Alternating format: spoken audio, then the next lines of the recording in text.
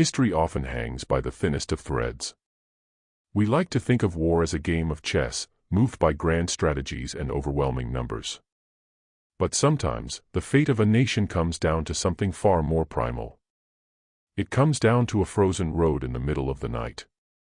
It comes down to a single bullet, fired by an unknown soldier into the smoke. It comes down to the stubborn refusal of a few men to break when every instinct screams at them to run. March, 1862. The United States is tearing itself apart. In the east, the great armies are posturing, preparing for the slaughter that will become Shiloh and Antietam. But here, on the ragged edge of the frontier, in the freezing hills of the Ozark Plateau, the war is different. It is wilder. It is desperate. And it is about to reach a violent crescendo that will decide the fate of the American West forever. They call this place Pea Ridge. To the men who walked it, it was simply a frozen hell. The winter of 1862 had been merciless. Snow covered the rocky ground. Men marched without shoes, their feet wrapped in rags, leaving trails of blood on the ice. They were hungry. They were exhausted. But they were marching toward a collision that would turn these quiet woods into a slaughterhouse.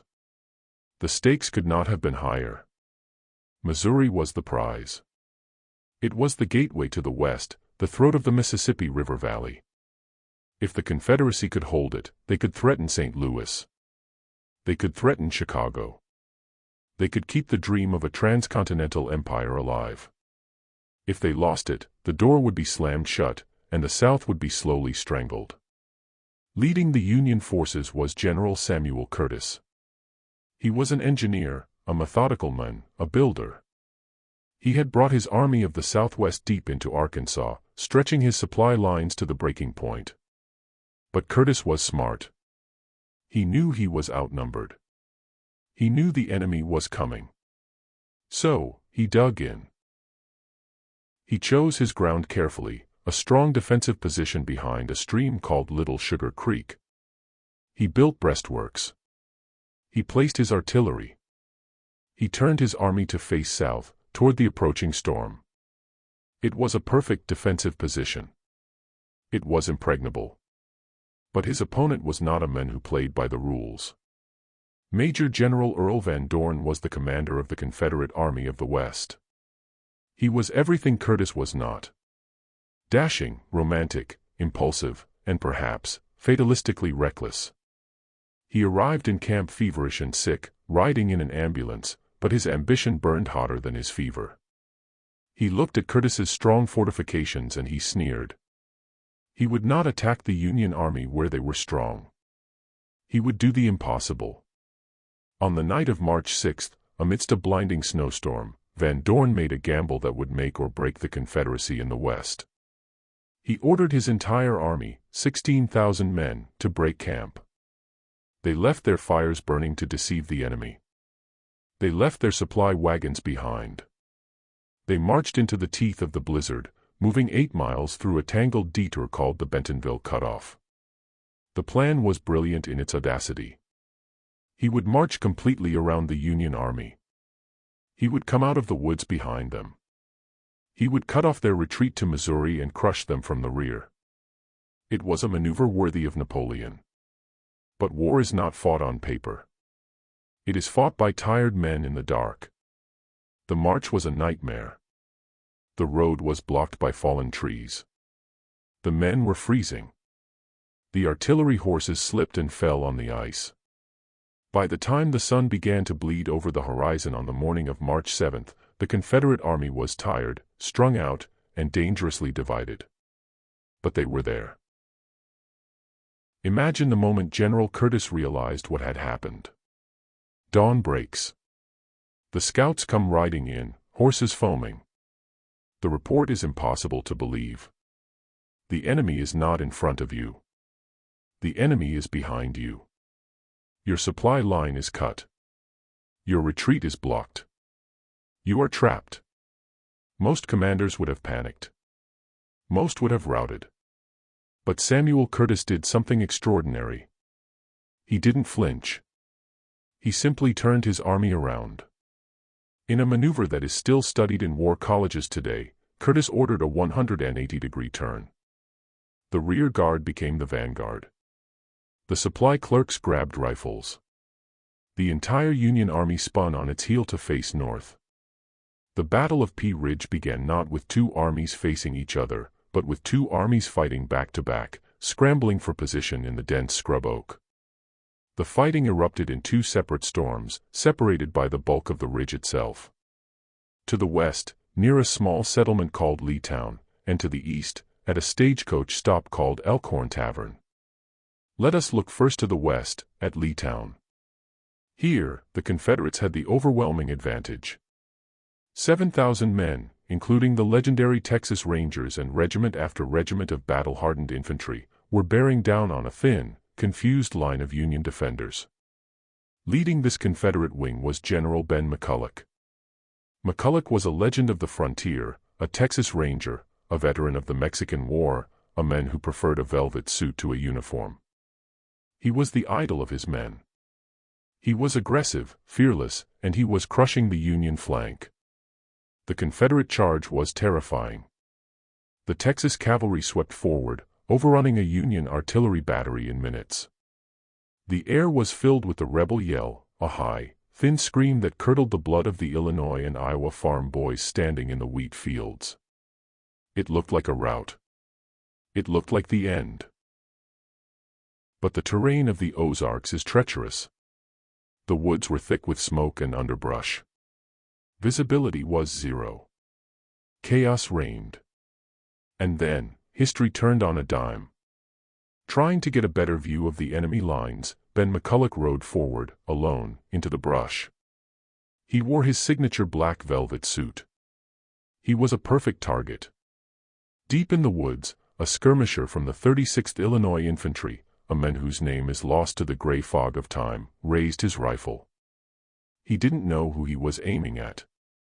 He just saw an officer. He squeezed the trigger. The bullet struck McCulloch in the heart. He died instantly, falling from his horse into the dry leaves. In the confusion of battle, command passed to General James McIntosh. Minutes later, leading a charge to recover his commander's body, McIntosh, too, was shot dead. In the span of 30 minutes, the Confederate left wing had been decapitated. 7,000 men, flushed with early victory, suddenly had no one to tell them what to do. The momentum evaporated. Confusion set in. Regiments stood idle in the forest, waiting for orders that would never come, while just a mile away, the battle raged on.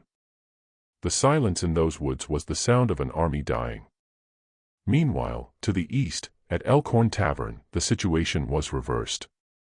Here, it was the Union that was holding on by its fingernails. General Van Dorn pushed his men relentlessly up the rocky slopes of the ridge. The fighting here was brutal, close-quarters combat. It was a grinder.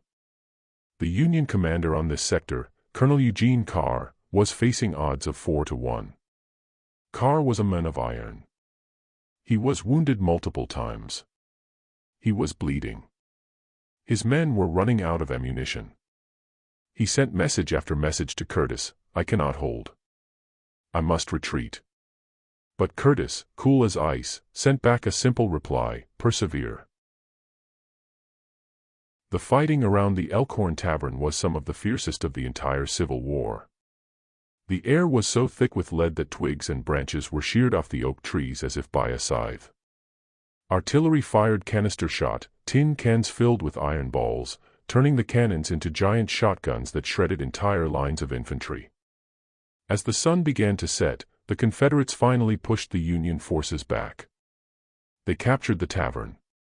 They captured the guns. They stood on the precipice of victory. But as darkness fell, a strange exhaustion settled over the field.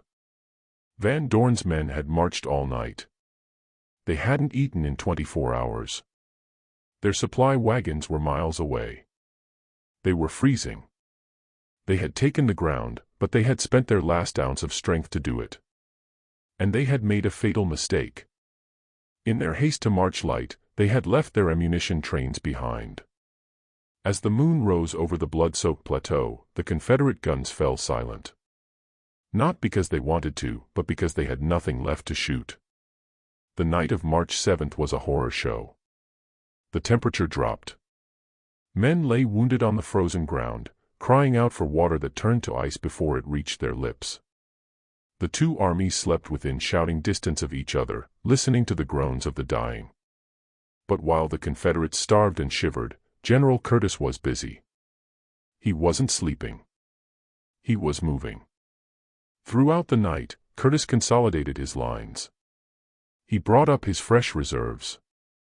He distributed food and ammunition. He positioned his artillery along a commanding ridge line. He knew that the enemy was spent. He knew that the morning would bring not just defense, but retribution.